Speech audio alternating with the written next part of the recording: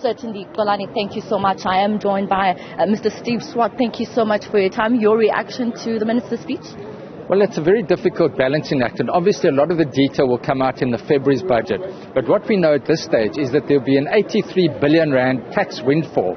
Now, it's very important that that additional revenue must be used to reduce our burgeoning tax and debt levels. The fiscal consolidation path must be pursued, and so we're pleased that a percentage of that will be used to reduce our government debt levels, which in turn will reduce the debt service costs. A portion of that will go for the network, and that will go towards extending the 350 rand a month grant for another year. That's very important because our consumers are really struggling, our households are struggling.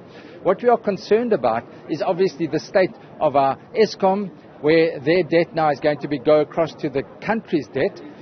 400 billion rand, of that a third to two-thirds will go across. And of course further bailouts to state-owned companies. That the Treasury said previously it's not going to happen. Now we see it is going to happen.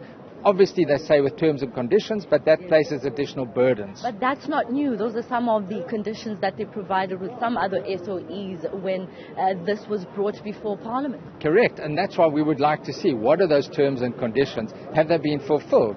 Now, taking Eskom's debt across to the government's balance sheet, will this now just enable Eskom to raise more debt? And so, yes, Eskom's issues need to be resolved urgently because it's probably the most pressing issue, the load shedding. Obviously, the other variable that is being projected is the public sector wage bill.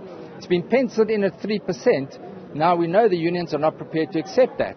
So a lot of the issues have been penciled in and trajectories on economic growth at a certain level. Now it's coming in lower. And so the picture is, to a certain degree, there is some hope. But on the other hand, the fiscal cliff is still beckoning, and if we don't rein in public spending, and that's why from my perspective it's very important to address corruption, and that's why we welcome the additional funds to the NPA, to the Hawks to investigate all that state capture cases and get that money back, because that will help balance the budget going forward. And so we look forward to more detail in February, and at this stage we will be looking into the medium-term budget. All right, thank you so much for your time. The ACDP giving us reaction. Xolani, who do you have on your side as we stand by for more reaction?